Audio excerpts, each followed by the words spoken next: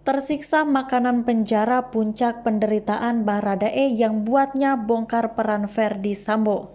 Terungkap apa yang menjadi puncak penderitaan Baradae di kematian Brigadir J hingga akhirnya ia berani untuk membongkar peran Verdi Sambo. Hal itu diceritakan oleh kedua orang tua Baradae, Sunandang Junus Lumio dan Rineke Alma Pudiang saat menjadi narasumber di acara Rosi Kompas TV pada Kamis 1 Desember 2022. Baradae adalah tersangka pertama dalam kasus pembunuhan Brigadir J. Dia adalah orang yang menembak Brigadir J di rumah dinas Verdi Sambo pada Jumat 8 Juli 2022.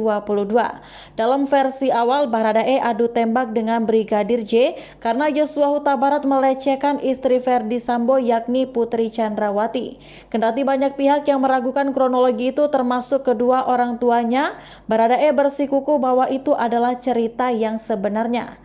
Kalau saya tidak percaya karena waktu itu kita ibadah bersama pagi malam. Setiap ibadah Selasa saya hanya berdoa minta kepada Tuhan kalau bisa dibuka sejelas-jelasnya semua masalah ini. Jawab Alma. Alma mengatakan dia dan sang suami tak henti membujuk Baradae untuk mau berbicara jujur. Namun Baradae yang kala itu begitu mengikuti skenario Verdi Sambo tetap bersikukuh, itulah cerita yang sebenarnya. Walau dia bilang mama dan papa itu sama seperti orang di luar sana, tidak percaya sama saya. Tapi jujur, di dalam hati saya memang tidak percaya, kata Alma. Setelah kasus kematian Brigadir J mencuat, kedua orang tua Baradae turut dibawa ke Makobrimob Kelapa II Depok untuk alasan keamanan. Di sana mereka beribadah sampai tidur bersama untuk membujuk Baradae jujur yang sebenarnya. Sayangnya, saat itu Baradae masih begitu menuruti skenario Verdi Sambo. Hingga akhirnya di saat hari terakhir mereka berada di Jakarta, akhirnya Baradae mau berbicara jujur soal apa yang sebenarnya terjadi di rumah Verdi Sambo itu. Saat itu Baradae sudah tak bersama Alma dan Junus di Makobrimob melainkan di rutan Mabes Polri. Sebab saat itu Baradae sudah ditetapkan sebagai tersangka pertama dalam kasus pembunuhan Brigadir J oleh Mabes Polri. Tanggal 7 Agustus rencana pulang ke Manado. HP saya berbunyi, taunya Icat nelpon. Dia nangis, kata Alma.